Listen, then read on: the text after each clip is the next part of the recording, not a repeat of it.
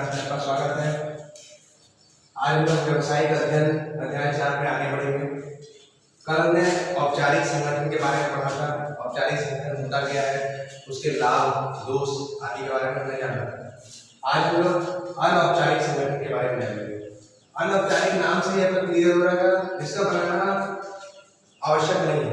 ठीक है, अर्थात क्या, अनौपचारिक संगठन एक ऐसा संगठन है जिसकी स्थापना पारस्परिक हितों, संबंधों, रुचियों आदि के कारण हो जाती है। ठीक है, इस संगठन की मुख्य विशेषता आपस में मैत्रीपूर्ण व सहयोग की भावना जागृत करना होता है। अर्थात इस संगठन की स्थापना कैसे होती है, पारस्परिक हितों को देखकर, ठीक है, आपसी संबंधों को देखकर और रुचियों को देखकर कि किस कार्य के लिए उनको स्थापना करनी है। यह इस संगठन की स्थापना करना आवश्यक नहीं होता है। ठीक है, जानबूझकर हम इस संगठन की स्थापना नहीं करते हैं। इस संगठन की स्थापना हम आपसी संबंधों, पारस्परिक हितों आदि बातों को ध्यान में रखकर करते हैं। ठीक है, बिल्कुल अनौपचारिक संगठन से ऐसे संगठन से है जिसकी स्थापना औपचारिक रूप से नहीं होती है, अर्थात इसको करना आवश्यक नहीं होता है, इसकी स्थापना करना आवश्यक नहीं होता है, परंतु यह कुछ परिस्थितियों के कारण स्थापित हो जाती है। ठीक है, इसकी परिस्थितियां क्या है, जो पारस्परिक हित है, ठीक है, संबंध है और रुचि है।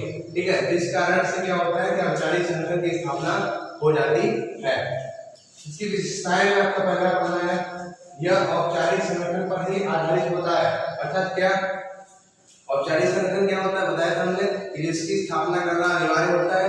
इसमें दो या दो से अधिक व्यक्ति मिलकर निर्धारित लक्ष्य की प्राप्ति के लिए कार्य करते हैं, इसको बोलते हैं औपचारिक संगठन। ठीक है, तो इसके अंदर क्या होता है कि व्यक्तिगत रुचि, ठीक है, मतलब औपचारिक संगठन में क्या होता है कि व्यक्तिगत रुचि के आधार पर स्थापित किया जाता है, पारस्परिक हितों को देखकर किया जाता है। तो यह भी एक प्रकार का औपचारिक संगठन से ही मिलता जुलता एक संगठन होता है। ठीक है, नेक्स्ट है, इस संगठन में लिखित नियम और प्रक्रिया नहीं होती है। अर्थात क्या, यह अनौपचारिक संगठन है, अर्थात इसका कोई लिखित नियम और कानून नहीं होता है, कोई प्रक्रिया नहीं होती है। यह संबंधों के आधार पर ही इसके अंतर्गत कार्य किए जाते हैं।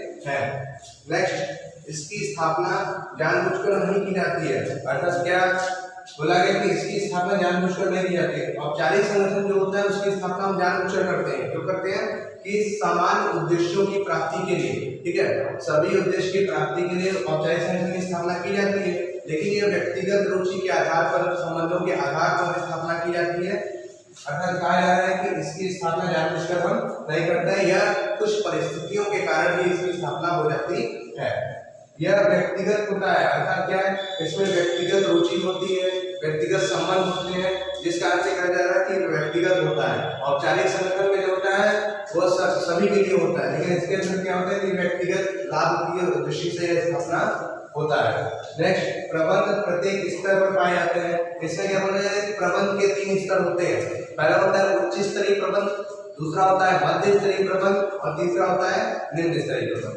उच्च स्तरीय प्रबंध क्या होते हैं, उच्च स्तरीय प्रबंध से ऐसे प्रबंध से है जिसके अंतर्गत प्रबंध निदेशक, संचालक मंडल आदि को शामिल किया जाता है। यह उत्पादन से लेकर विक्रय तक, ठीक है, अर्थात जब वस्तु बन रही है और जब तक बिक नहीं रही है, उन दोनों के बीच में समन्वय स्थापित करने का कार्य करते हैं और यह नीतियों का निर्माण करते हैं और आवश्यकता अनुसार वित्त की सुविधा उपलब्ध कराते हैं। इसके बाद आता है मध्य स्तरीय प्रबंध। मध्य स्तरीय प्रबंध क्या होता है, यह एक ऐसा प्रबंध होता है जिसके अंतर्गत उच्च स्तरीय द्वारा दिए गए आदेशों के अनुसार कार्य कराया जाता है। इसके अंतर्गत प्रबंधक और उप प्रबंधक को शामिल किया जाता है। और लास्ट तक आता है निम्न स्तरीय प्रबंध। निम्न स्तरीय प्रबंध से ऐसे प्रबंध से है जो प्रबंध का सबसे निचला स्तर होता है। यह मध्य स्तरीय द्वारा दिए गए आदेशों के अनुसार कार्य को करता है। इसके अंतर्गत सुपरवाइजर, फोरमैन, पर्यवेक्षक, अधीक्षक आदि को शामिल किया जाता है। वही क्या कह रहा है कि यह प्रबंध जो है, इसके अंदर जो प्रबंध है प्रत्येक स्तर पर पाया जाता है। अर्थात कोई भी स्तर हो वह प्रबंध जो होता है प्रत्येक स्तर के लिए अलग अलग प्रबंध पाए जाते हैं।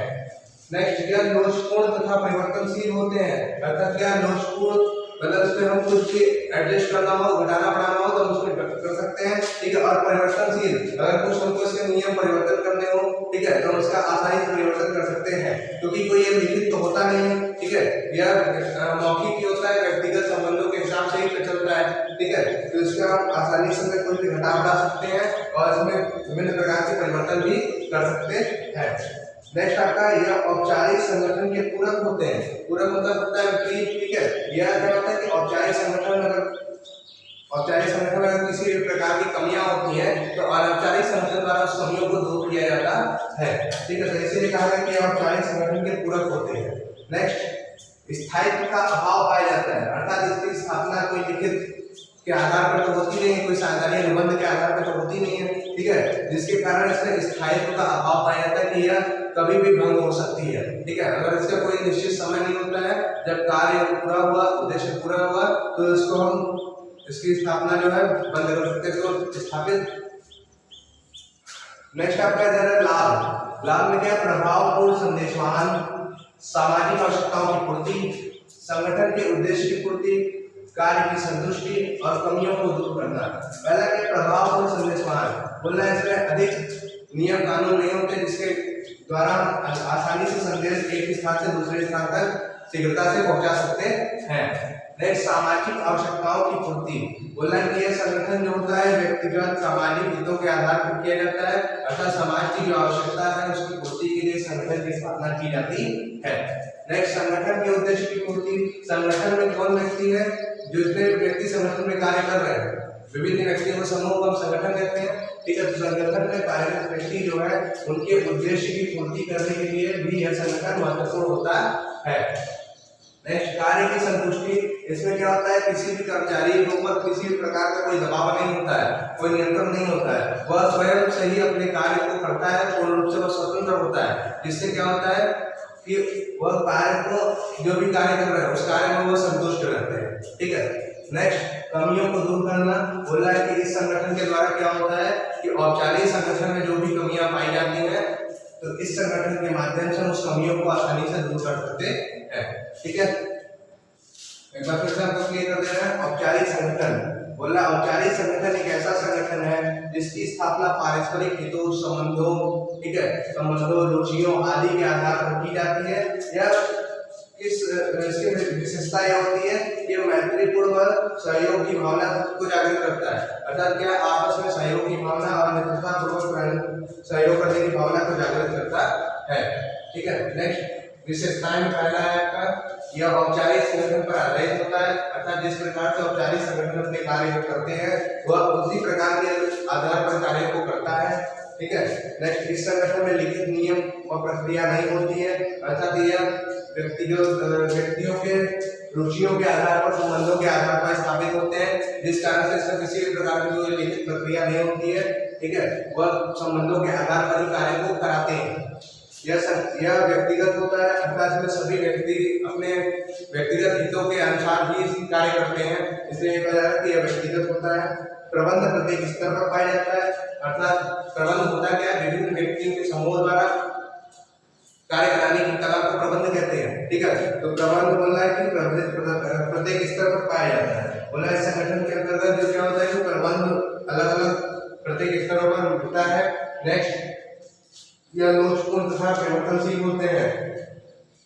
लोचपूर्ण मतलब कि हटाया हुआ है ना, और परिवर्तनशील मतलब उसको परिवर्तित कर सकते हैं। बोला कि यह जो संगठन होता है इसमें हम आसानी से कोई भी वस्तु को घटा बढ़ा सकते हैं और उसमें विभिन्न प्रकार के परिवर्तन भी कर सकते हैं।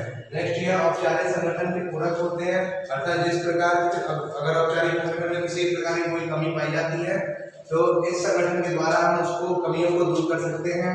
नेक्स्ट, स्थायित्व का अभाव होता है क्योंकि इसमें किसी कोई निश्चित समय निर्धारित नहीं होता है, जब भी कार्य समाप्त हो जाता है तो इसकी समाप्ति कर दी जाती है, इसीलिए कहा जा रहा है कि इसमें स्थायित्व का अभाव पाया जाता है। लाभ में पहला प्रभावपूर्ण संदेशवाहन। प्रभावपूर्ण संदेशवाहन मतलब क्या? इसमें हम आसानी से हम एक स्थान से दूसरे स्थान तक संदेश को पहुंचा सकते हैं, ठीक है। नेक्स्ट, सामाजिक आवश्यकताओं की पूर्ति। इस संगठन की स्थापना ही सामाजिक उद्देश्यों की पूर्ति के लिए की जाती है, ठीक है, अर्थात समाज के हितों का इसमें अत्यधिक ध्यान दिया जाता है। संगठन के उद्देश्य की पूर्ति। संगठन में जो व्यक्ति हैं, अर्थात इस संगठन के अंदर जो व्यक्ति शामिल होते हैं वह अपने संबंधों, हितों आदि रुचियों के आधार पर ही शामिल किए जाते हैं, जिस कारण क्या संगठन के भी उद्देश्य की पूर्ति आसानी से की जा सकती है। कार्य की संतुष्टि, इसके अंतर्गत क्या होता है कि कर्मचारियों पर किसी भी प्रकार का कोई नियंत्रण दबाव नहीं होता है, क्योंकि यह आपसी संबंध के आधार पर स्थापित की जाती है। अर्थात जो भी कर्मचारी अपना कार्य करता है वो उस कार्य में पूर्ण रूप से संतुष्ट होता है। नेक्स्ट, कमियों को दूर करना।